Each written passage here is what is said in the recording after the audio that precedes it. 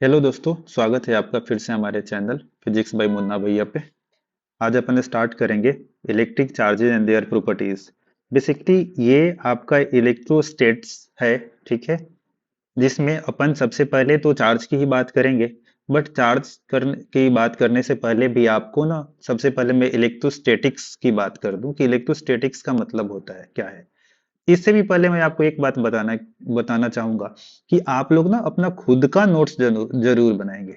Self notes बहुत जरूरी है, ठीक है। ये नोट्स जरूरी है क्योंकि यही आपके लिए परफेक्ट होगा।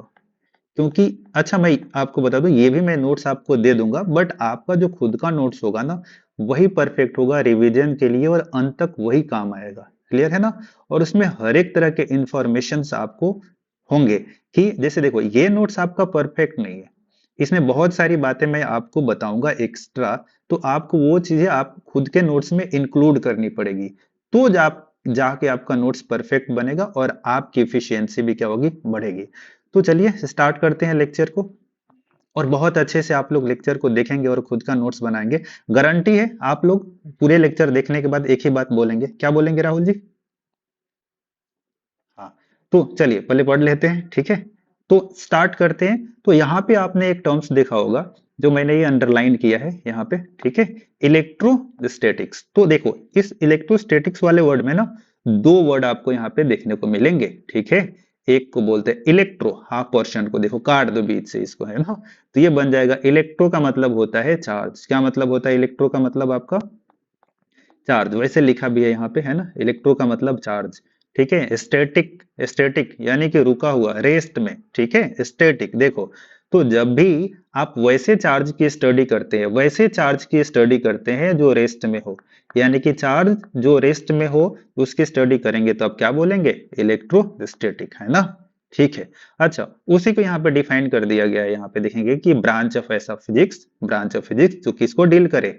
Study of force, field, potential. किससे बनता है? ये जो स्टैटिक चार्ज से बन रहा है, means arising from static charges. याद रखेंगे, सिंपल, बहुत सिंपल डेफिनेशन है कि branch of physics deals with study of force, field and potential. जो किससे बन रहा है? तो स्टैटिक चार्ज से बन रहा है। क्लियर है? ठीक है। तो आप देख रहे हैं कि यहाँ पे बात चार्ज की आ रही है, पूरे यहाँ पे सब कुछ चार्ज से ही निकल के आएगा। पोटेंशियल की बात करेंगे, फील्ड की बात करेंगे, फोर्स की बात करेंगे, सब किससे निकल के आएगा? आपका चार्ज से। तो क्या पहले चार्ज की बात जरूरी है? यस, जरूरी तो है। तो आइए स्टार्ट करते हैं, ठीक है। तो देखो, इलेक्ट्रिक चार्ज जो होता है ना, ये इंट्रिंसिक प्रॉपर्टी होता है। अगर आपको यहाँ पे दिक्कत हो रही हो, दिक्कत कैसा? नहीं होगा दिक्कत, ठीक है। तो देखो, बस बस बस। तो देखो, यहां पे क्या होगा आपका, अगर आप देखेंगे तो इलेक्ट्रिक चार्ज क्या है? Intrinsic property. अच्छा, एसोसिएटेड विथ मैटर। क्लियर करूंगा, टेंशन ना लो। तो ये क्या होता है कि ये इंट्रिंसिक प्रॉपर्टी होता है जो मैटर के, किसी भी मैटर के साथ एसोसिएट होता है, due to which it produces and experiences electric and magnetic field. क्या बता रहे हो सर? देखो, टेंशन ना लो, समझ में आएगा। देखो, मैं बोलूं कि जो कॉलिंग है, कॉल करते हो ना, वही अपने घर वालों को, मम्मी पापा को, बाकी जिसको करते हो वो भी सही है, ठीक है। किससे करते हो? मोबाइल से। सिंपल। तो मीन्स क्या है, मैं ये बोल सकता हूं कि कॉलिंग जो है intrinsic property of mobile. Means अगर आपके पास मोबाइल है, इसका मतलब कंफर्म है कि उस मोबाइल से कॉलिंग भी हो रहा होगा। अब ये कॉलिंग कहाँ कहाँ हो रहा होगा वो तुम समझो, हमें क्या। ठीक है। चलो, तो वही है, मींस मोबाइल के अंदर की क्या प्रॉपर्टी है? इंट्रिंसिक, उसके अंदर एक खास प्रॉपर्टी है जिसको बोलते हैं कॉलिंग। बाकी इसके अलावा भी बहुत कुछ होता है जो तुम लोग यूजेस करते हो, दिन भर देखते रहते हो, है ना। चलो, बाद में बात करेंगे, ठीक है। तो ये अगर आपको क्लियर है तो आगे चलते हैं। तो ये क्या बोलता है? Intrinsic property associated with matter due to which it produces experiences electric and magnetic field. तो ये ऐसा इनसाइड प्रॉपर्टी है किसी मैटर का जिससे क्या प्रोड्यूस होता है? Electric and magnetic effect. और इसी के बेसिस पे हम चैप्टर को अलग अलग डिवाइड किए हैं, इलेक्ट्रोस्टैटिक, मैग्नेटिज्म, ठीक है। आइए, आधे ट्वेल्थ में, आधे से ज्यादा ट्वेल्थ में तो हम बस यही देखना है, चार्ज की स्टडी ही करते रहते हैं। कभी चार्ज को रेस्ट में रखेंगे, कभी चार्ज को दौड़ा देंगे, कभी चार्ज को एक्सेलरेट करा देंगे, ठीक है। तो इसके अलग अलग तरीके से अपन डील करते हैं और अलग अलग चैप्टर में भी डिवाइड कर रखे हैं। तो सबसे पहले जो हमारा केस होगा ये होगा ये वाला केस, ठीक है। तो ये कौन सा केस है, तो आइए देख लेते हैं। तो ये जो केस है मींस देखो, चार्ज की सिचुएशन के अकॉर्डिंग अपन पढ़ाई करेंगे यहाँ पे। अब देख लो, हमारे हाथ में कुछ नहीं है, जो है चार्ज के हाथ में है, ठीक है। तो देखो ये क्या है, चार्ज का खेल। तो भैया यहाँ पे टोटल खेल चार्ज का, कि ये जो चार्ज साहब जो है, अगर ये रेस्ट में है, रेस्ट फरमा रहे हैं, ठीक है, मींस इनसे बनेगा एक नया फील्ड जिसको बोलते हैं इलेक्ट्रिक फील्ड। ओके, यही चार्ज भाई साहब जब दौड़ने लगेंगे, ठीक है, यानी कि ये मोशन में आ जाएंगे v मीटर पर सेकंड से, तो इनसे बनने लगेगा इलेक्ट्रिक फील्ड, तो बनेगा ही, प्लस मैग्नेटिक फील्ड भी बनेगा। अब ये मत पूछना कि मैग्नेटिक फील्ड क्या होता है, करेंगे बातें यार, है ना। अभी तो बस आप देखो, बस अगर ये चार्ज किस में आ जाए, एक्सेलरेट करने लगे, ठीक है, एक्सेलरेशन का मतलब समझ में आ रहा है कि उसकी वेलोसिटी में चेंज हो रहा है। यहाँ पे वेलोसिटी क्या थी, कांस्टेंट, ठीक है। तो अगर उसकी वेलोसिटी में अगर चेंजेस आ रहा है, मींस एक्सेलरेट कर रहा है, और जब भी एक्सेलरेट करेगा तो आएंगे इलेक्ट्रिक फील्ड आएंगे, और इलेक्ट्रिक फील्ड के साथ ये जो उनके भाई मैग्नेटिक फील्ड तो आएंगे ही, और उनका एक और दोस्त आ जाएगा इलेक्ट्रोमैग्नेटिक वेव। क्लियर है। अब ये देखो, ये टोटल अपने आप में ना, ये जो तीन जो कंडीशन मैंने लिखा है, अपने आप में मैं आपको बता दूं कि ये 8 चैप्टर हैं ये, ठीक है। ये पूरे 12th में 70% यही है, 8 चैप्टर की बात करेंगे धीरे धीरे, ठीक है। तो अभी आपको बस इतना याद रखनी है। अच्छा, ये आपके नीट के एग्जाम में पूछे गए हैं, तो ध्यान में रखना कि जब चार्ज, वही बातें यहाँ पे लिखा हुआ है कि चार्ज जब रेस्ट में है, यानी कि वेलोसिटी देखो यहाँ पे 0 है, चार्ज इज एट रेस्ट में, लिख देता हूँ यहाँ पे, ओनली प्रोड्यूस इलेक्ट्रिक फील्ड, यानी कि चार्ज जब भी रेस्ट में हो तो क्या क्रिएट करेगा, इलेक्ट्रिक फील्ड क्रिएट करेगा। ओके, सेकंड सिचुएशन देखो, कांस्टेंट वेलोसिटी से मोशन करेगा तो क्या क्रिएट करेगा, electric field plus magnetic field. देखो यहाँ पे लिखा हुआ है, यूनिफॉर्म मोशन का मतलब वही होता है वेलोसिटी कांस्टेंट, ठीक है। और वही चार्ज जब एक्सेलरेट करे, यानी कि वेलोसिटी आपकी क्या है यहाँ पे, कांस्टेंट नहीं है, नॉट इक्वल टू लिखा हुआ है दोस्त। तो अगर ये कांस्टेंट नहीं है तो क्या क्रिएट करेगा, electric field, magnetic field, EM wave, जो ऑलरेडी अपन ने डिस्कस कर लिया है। और I hope is it clear now. Okay, then next अपन आगे बढ़ते हैं और देखते हैं आपको यहाँ पे कि, यहाँ पे देखिए टाइप्स ऑफ चार्जेस दिख रहे हैं ना, यहाँ पे टाइप्स ऑफ चार्जेस। तो दो तरीके के भैया नेचर में चार्ज होते हैं, ठीक है। एक होता है प्लस, प्लस को बोलेंगे अपन प्रोटॉन बोल देते हैं, ठीक है। और माइनस को ऐसे दिखाऊंगा मैं, क्या बोलेंगे, न्यूट्रॉन। ना ना ना ना जी ना, ऐसी गलती कभी नहीं, नेगेटिव चार्ज इलेक्ट्रॉन, ठीक है। तो बेसिकली इलेक्ट्रॉन प्रोटॉन जनरली, और भी बहुत सारी चीजें होती है। आपको क्या बोलना है, नेगेटिव, ये नेगेटिव और पॉजिटिव बोलना है, क्योंकि प्रोटॉन पॉजिटिव होता है, इलेक्ट्रॉन नेगेटिव होता है, और भी चार्जेस पॉजिटिव नेगेटिव होते हैं, इसलिए हम क्या बोलते हैं, पॉजिटिव चार्ज और नेगेटिव चार्ज, ठीक है। प्रोटॉन्स, इलेक्ट्रॉन्स तो जनरली अपन समझा दिया आपको कि जनरली अपन इसको यूज करते रहेंगे। न्यूट्रॉन होता है, जो न्यूट्रॉन होता है ना, उस पे कोई चार्ज नहीं होता, इलेक्ट्रिकली न्यूट्रल होता है ये, ठीक है। तो समझेंगे। अच्छा, किसी बॉडी को क्या बोलेंगे, पॉजिटिव चार्ज कब बोलेंगे, किस बॉडी के अंदर क्या हो, प्रोटॉन्स हो, इलेक्ट्रॉन्स हो ही ना, यही ना ना ना ना, ऐसी गलती ना मुन्ना, सॉरी ठीक है। तो वैसी बॉडी जिसमें क्या हो कि डिफिशियंसी ऑफ इलेक्ट्रॉन हो, मीन्स इलेक्ट्रॉन क्या हो, कम हो। समझ में आ रहा है ना, यानी कि इलेक्ट्रॉन, जैसे कोई बॉडी है, इसमें इलेक्ट्रॉन 2 है, प्रोटॉन तो भाई 4 है, तो इसे क्या बोलेंगे, कौन सा है, पॉजिटिव चार्ज है। क्या है ये, पॉजिटिव चार्ज है। इसका उल्टा समझ लो कि अगर क्या हो, इलेक्ट्रॉन ज्यादा होता तो उसे क्या बोलते हैं, नेगेटिव। यानी कि होंगे तो दोनों, दोनों होंगे भाई साहब, अकेले अकेले नहीं होंगे, हम साथ में रहेंगे सनम, ठीक है। तो साथ में दोनों होंगे, हाँ। कभी एक्सेस ये हो जाएगा, एक्सेस इलेक्ट्रॉन हो जाएगा तो नेगेटिव बोलेंगे, एक्सेस का मतलब कि ज्यादा हो जाए, और ज्यादा अगर प्लस वाले हैं तो क्या होगा, पॉजिटिव होगा। क्लियर है। यूनिट आपका कूलम्ब होता है, एसआई, ये याद रखेंगे, ये इंपॉर्टेंट है। चार्ज का जो यूनिट होता है, एसआई कूलम्ब होता है, और सीजीएस में क्या होता है, फ्रैंकलिन या ईएसयू। क्लियर। उसके बाद आपको जो याद रखनी है वो ये याद रखनी है कि स्मॉलेस्ट यूनिट ऑफ चार्ज क्या होता है, फ्रैंकलिन, यानी कि सबसे छोटा यूनिट चार्ज का क्या होता है, फ्रैंकलिन। और बड़ा यूनिट सबसे क्या होता है जी, फैराडे। क्या होता है, फैराडे, ठीक है। अच्छा, एक बात और आपको मैं बता दूं, किसी बुक में क्या मिल जाएगा, छोटे यूनिट को अपन एक और नाम दे देते हैं यहाँ पे लोग, क्या, क्वार्क की भी बात कर लेते हैं, तो डरना मत। क्वार्क क्या होता है, क्वार्क की भी किसी बुक में लिखा होगा कि ये स्मॉलेस्ट यूनिट ऑफ चार्ज क्या होते हैं, क्वार्क होते हैं, ठीक है।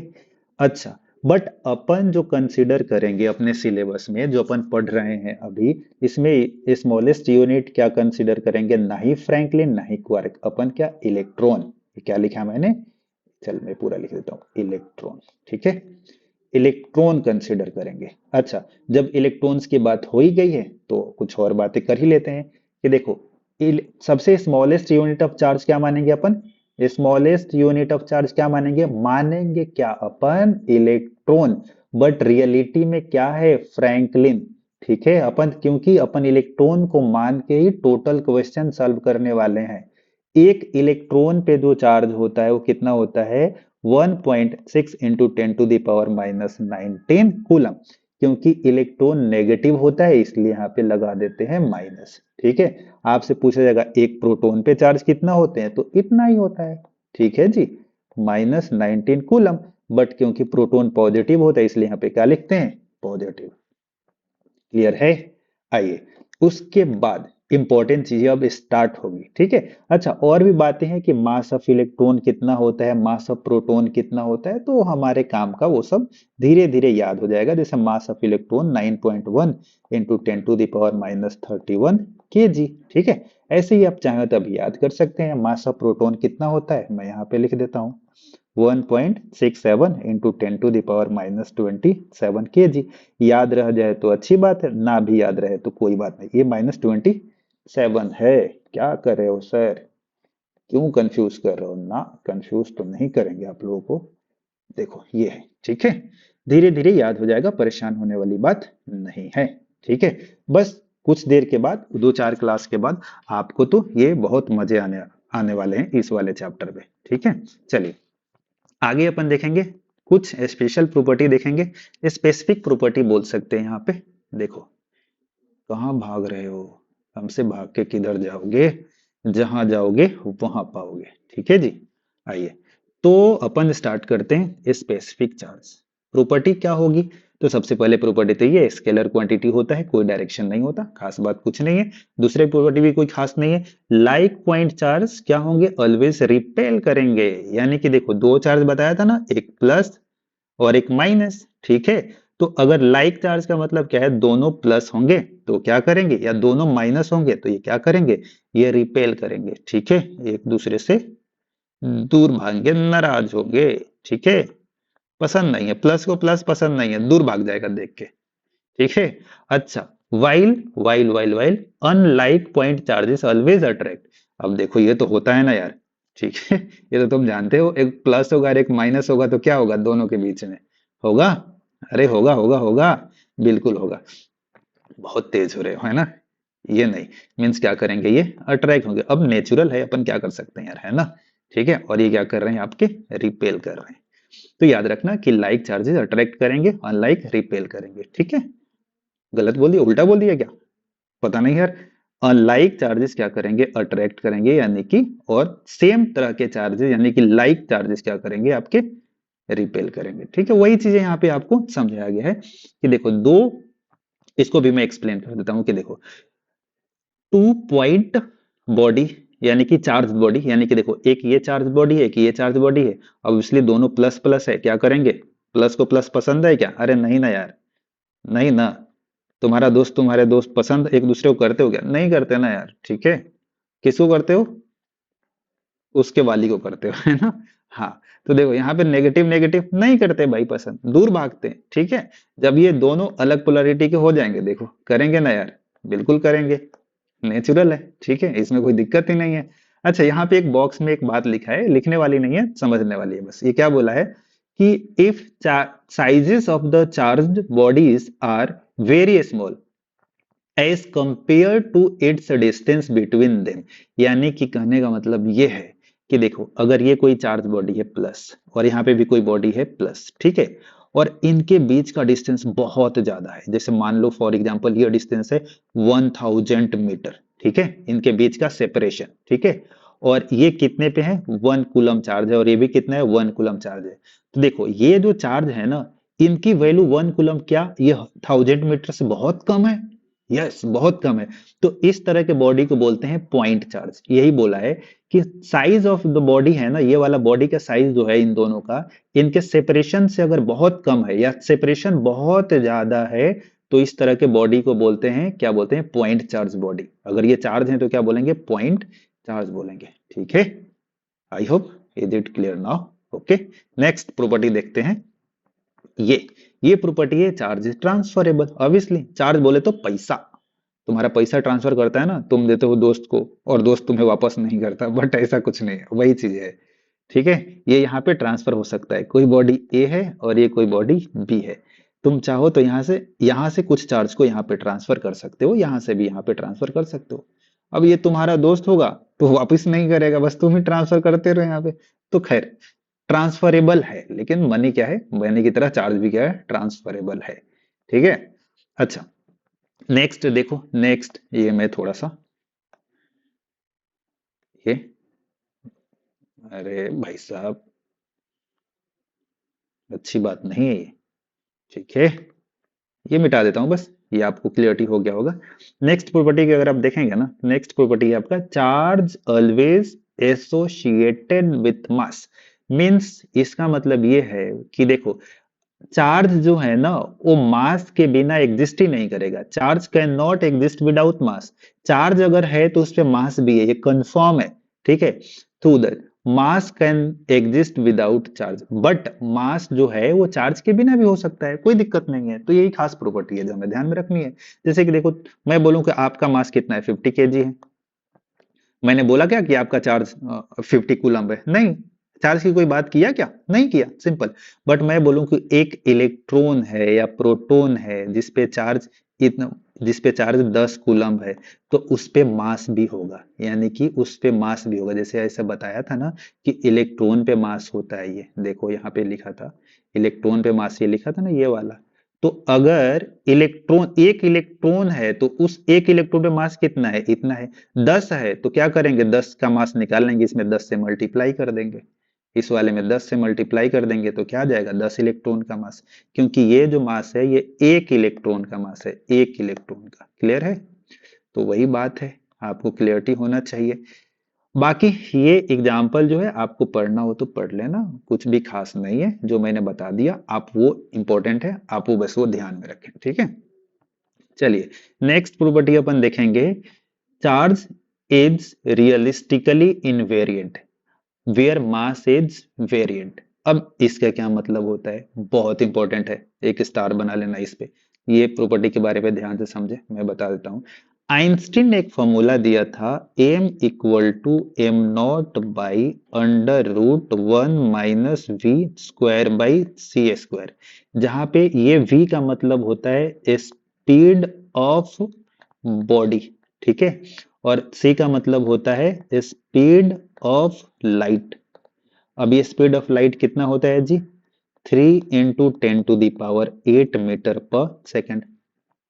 अच्छा, ये इसको नाम दे दिया इन्होंने रेस्ट मास।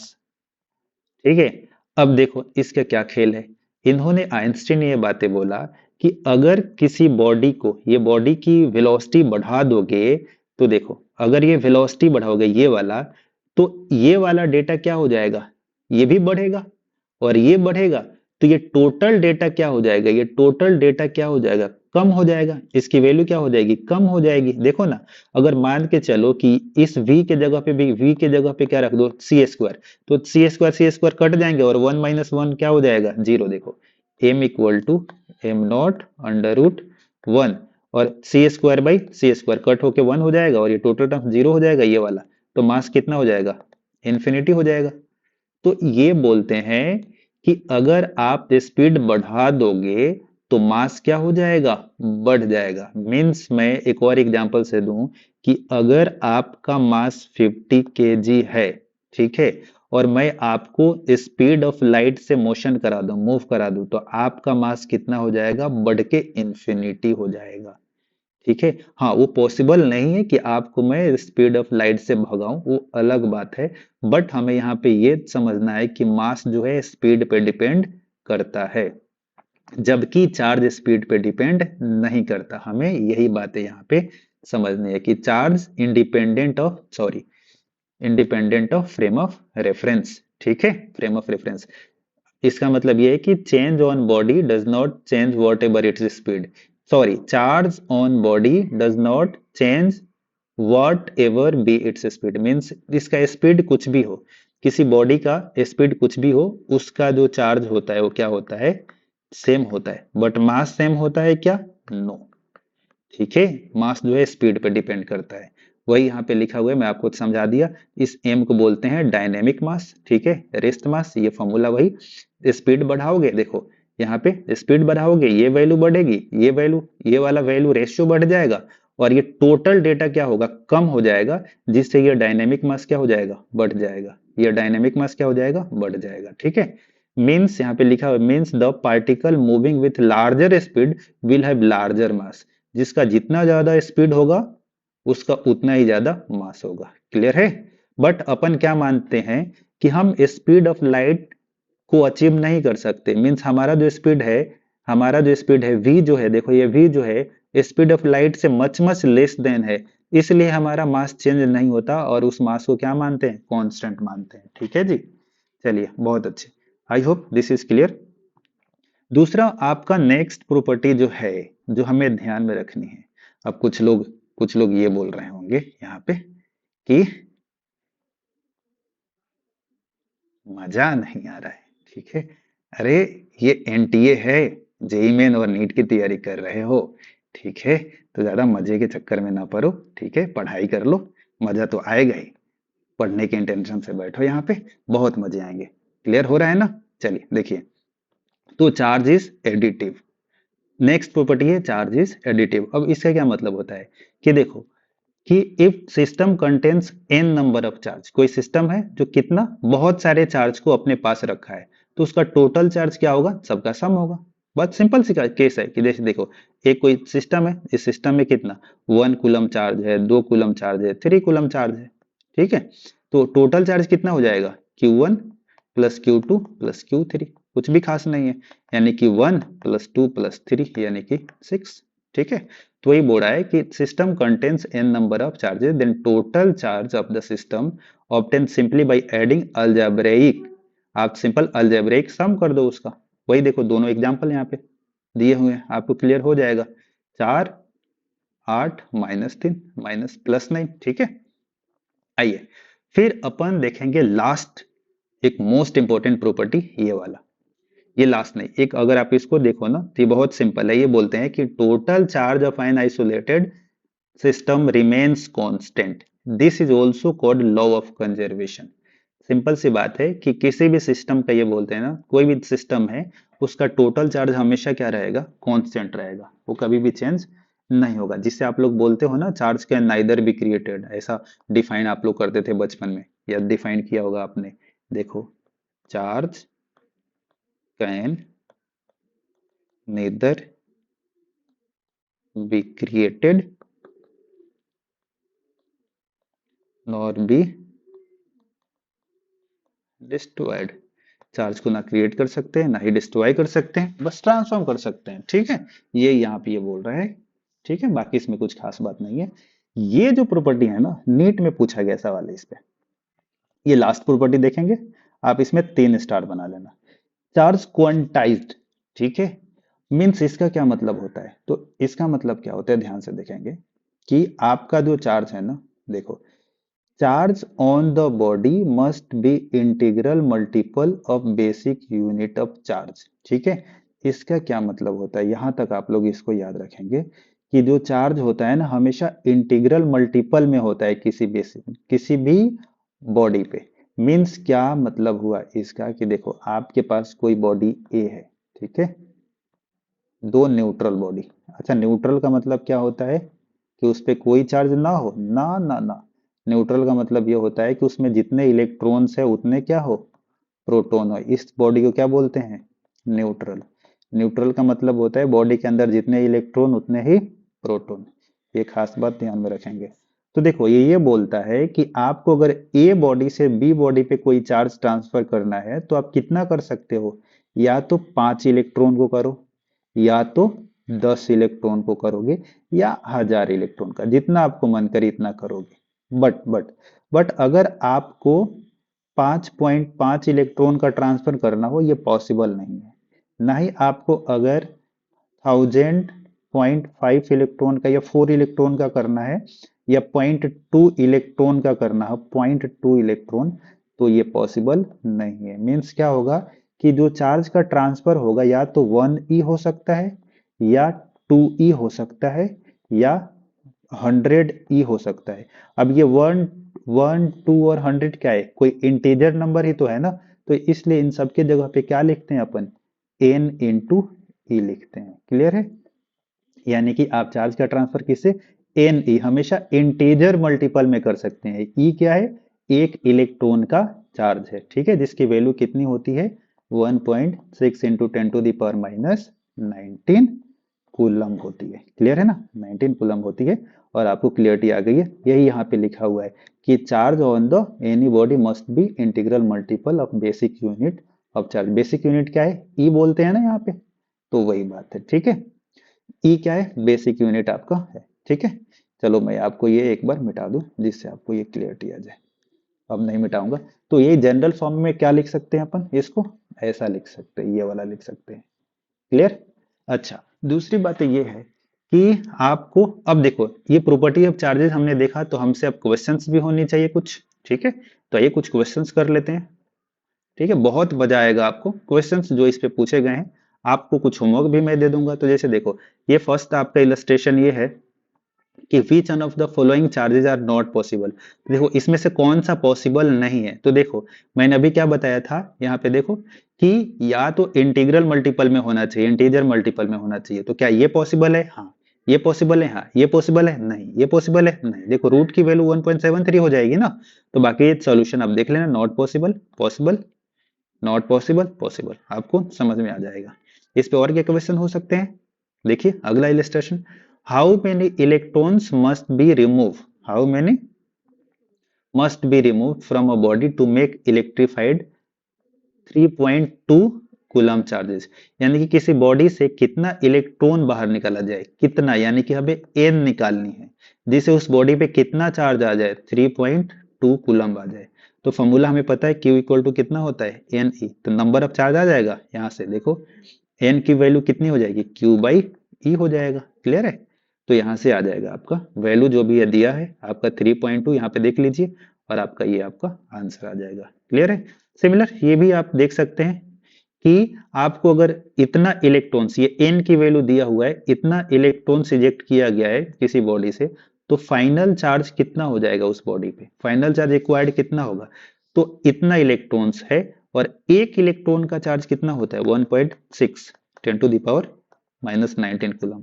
तो एक इलेक्ट्रॉन का चार्ज इतना है, तो आपको कितना इलेक्ट्रॉन निकालना है, 10⁻20। तो टोटल एक का इतना, तो इतने का कितना, 10⁻20 या कितना, तो इतना सिंपली क्या कर देनी है, इस वाले डेटा में 10⁻20 से मल्टीप्लाई कर देनी है, आपका आंसर आ जाएगा। ऐसे ही ये वाले क्वेश्चंस को आप खुद करेंगे। ठीक है, और इस वाले क्वेश्चंस को भी आप करेंगे यहाँ तक। फिर अपन आज की क्लास यहीं पे खत्म करते हैं, कल कंटिन्यू करेंगे। अब बताओ, मजा आया?